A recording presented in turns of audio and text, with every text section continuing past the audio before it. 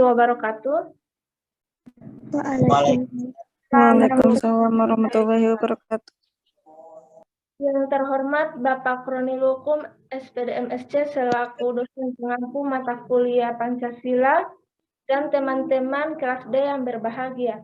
Puji syukur atas kehadirat Allah Subhanahu wa Ta'ala yang telah memberikan nikmat umur dan kesehatan sehingga kita berkesempatan berkuliah melalui Zoom pada hari ini. Salawat serta salam semoga tetap tercurahkan kepada Nabi besar Muhammad Sallallahu Alaihi Wasallam, keluarga beserta sahabatnya. Adapun topik yang akan kita diskusikan pada perkuliahan hari ini yaitu supremasi hukum di Indonesia. Sebelumnya perkenalkan nama saya Siti Nur Afnila Parako selaku moderator yang akan memimpin jalannya diskusi pada hari ini. Baiklah, untuk mempersingkat waktu, langsung saja kepada pemateri pertama, dipersilahkan. Terima kasih. Langsung saja, pengertian supremasi hukum. Kata supremasi itu sendiri secara bahasa adalah kata benda abstrak, berasal dari istilah Inggris supremasi yang diambil dari kata sifat supreme atau tertinggi yang seutuhnya berarti keunggulan. Sedangkan istilah hukum adalah salah satu perangkat pemenuhan kebutuhan individu atau masyarakat. Dengan demikian perhatikan di sini bahwa supremasi hukum secara istilah berarti pengutamaan hukum di atas segalanya, yaitu meletakkan hukum di atas kedudukan, jabatan, kekayaan, dan segalanya. Selanjutnya akan dilanjutkan oleh pemateri kedua, silakan.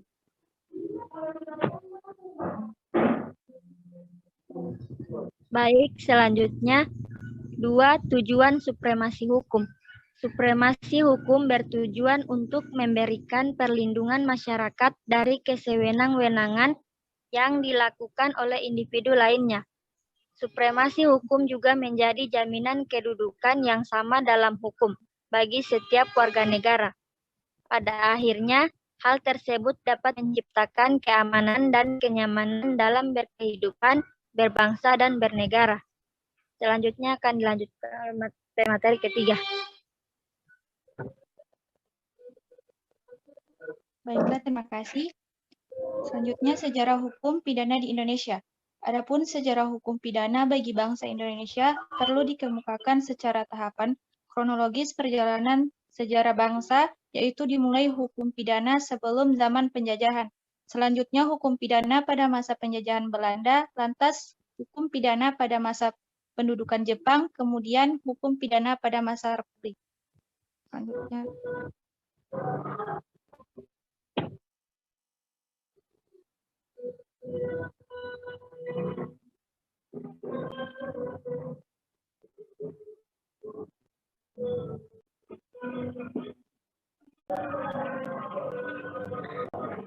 Dion, Sungana. Baiklah, saya akan melanjutkan materi keempat, yaitu prinsip dasar negara hukum lainnya. Prinsip dasar yang dijalankan oleh negara hukum lainnya adalah equality before the law dan due process of law. Equality before the law menegaskan bahwa setiap warga negara memiliki kedudukan yang sama di hadapan hukum tanpa ada pengecualian. Prinsip tersebut dituangkan dalam pasal 27 ayat 1 dan ditegaskan dalam Undang-Undang Nomor 48 Tahun 2009 tentang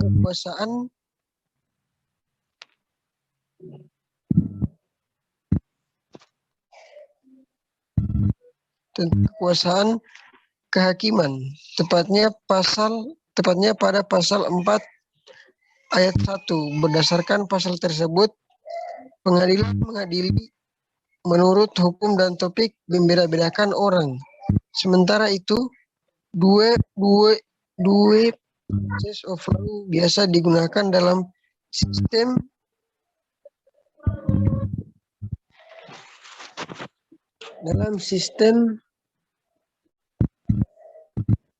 peradilan pidana Indonesia. Prinsip tersebut diartikan sebagai proses hukum yang baik, benar, dan adil. Dalam hal ini, penegak hukum diwajibkan untuk memastikan terpenuhnya hak bagi tersangka atau terdakwa. Dilanjutkan oleh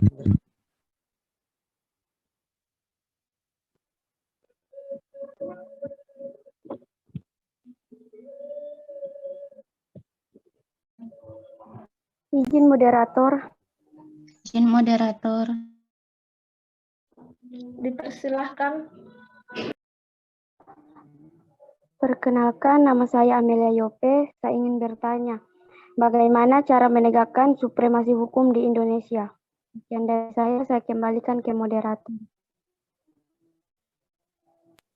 Baik, untuk Amelia Yope, tolong pertanyaannya ditulis di kolom chat. Izin moderator. Iya, dipersilahkan. Mengapa supremasi hukum sulit dilakukan? Terima kasih. Baik, untuk Agnes, pertanyaannya ditulis di kolom chat.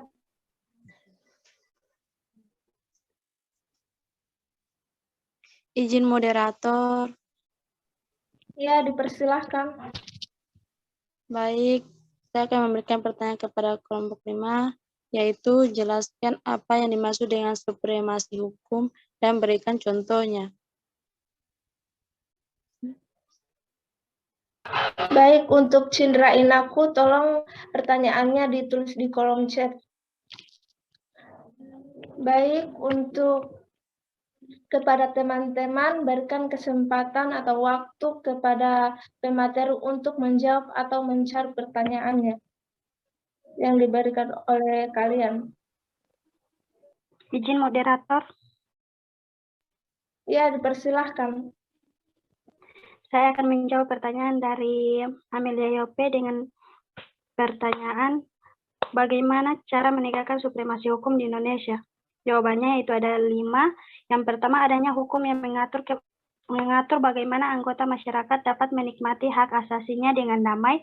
Yang kedua, adanya suatu badan yang dapat menyelesaikan sengketa yang timbul di bidang pemerintah. Yang ketiga, adanya badan yang tersedia diadakan untuk menyelesaikan sengketa yang timbul di antara sesama anggota masyarakat. Yang keempat, penegak hukum diselenggarakan secara adil.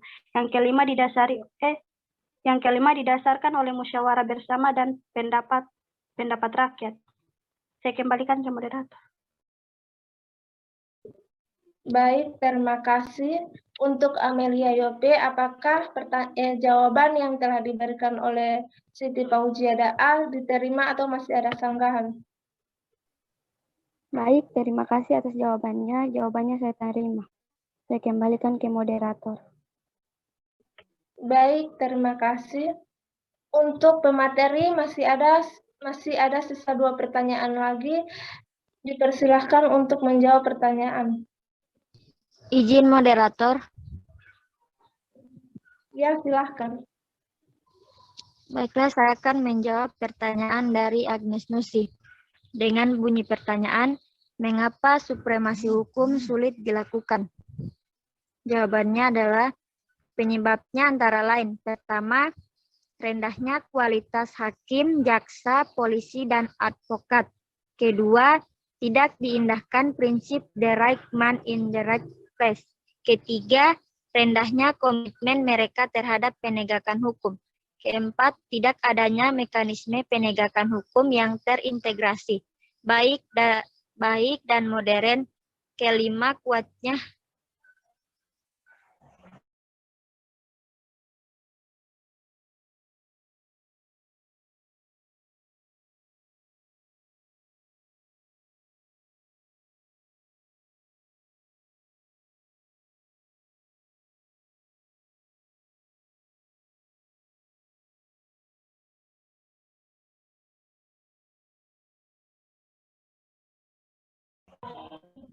Baik, karena Olivia masih ada kesalahan jaringan, kepada pemateri yang lain, apakah bisa menjawab pertanyaan dari Agnes Nusi?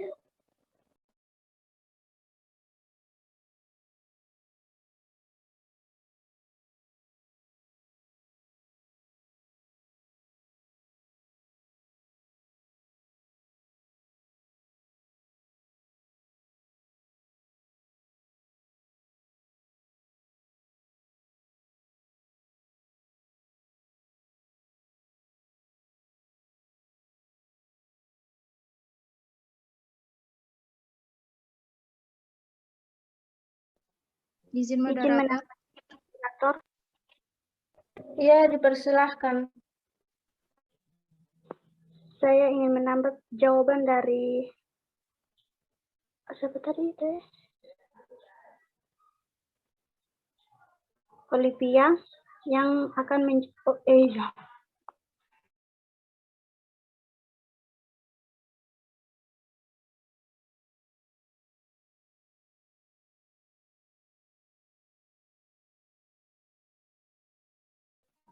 Mas moderator, tunggu, masih ada cari jawaban.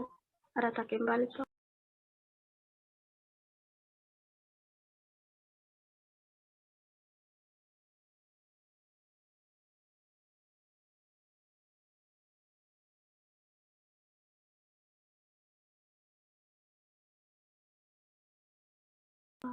Izin moderator, Ya, silahkan. saya akan melanjutkan jawaban dari Agnes Nusi. Menjawab pertanyaan dari Agnes Nusi. Penyebabnya antara lain, pertama, rendahnya kualitas hakim, jaksa, polisi, dan advokat. Kedua, tidak diindahkannya prinsip the right man in the right place. Ketiga, rendahnya komitmen mereka terhadap penegakan hukum. Keempat, tidak adanya mekanisme penegakan hukum yang terintegrasi, baik dan modern. Kelima, kuatnya pengaruh dan intervensi politik dan kekuasaan ke dalam dunia caturwangsa, terutama ke badan kepolisian, kejaksaan, dan kehakiman. Sekian, saya kembalikan ke moderator. Baik, terima kasih. Untuk Agnes Nusi, apakah sudah menerima atau masih ada sanggahan dari jawaban yang telah diberikan Olivia? Terima kasih, saya sudah menerima jawaban tersebut. Saya kembalikan ke moderator. Terima kasih. Kepada pemateri masih ada sisa satu pertanyaan lagi yang belum dijawab. Silahkan dijawab pertanyaannya. Izin moderator. Ya, silahkan. Saya akan menjawab pertanyaan dari Cindra Inaku. Supremasi hukum merupakan upaya menegakkan dan menempatkan hukum pada posisi tertinggi tanpa adanya intervensi dari pihak eksternal dalam rangka melindungi seluruh lapisan masyarakat sebagai kiat untuk memposisikan hukum agar berfungsi sebagai komando atau panglima. Saya kembalikan kepada moderator. Baik, untuk Cindra Inaku, apakah sudah menerima atau masih ada sanggahan dari jawaban yang telah diberikan oleh Widi Rumana? Baik, saya sudah menerima jawabannya dan saya kembalikan kepada moderator. Terima kasih. Itulah presentasi dari kelompok 5. Lebih dan kurangnya saya moderator memohon maaf. Akhirul kalam, wassalamualaikum warahmatullahi wabarakatuh. Waalaikumsalam warahmatullahi wabarakatuh.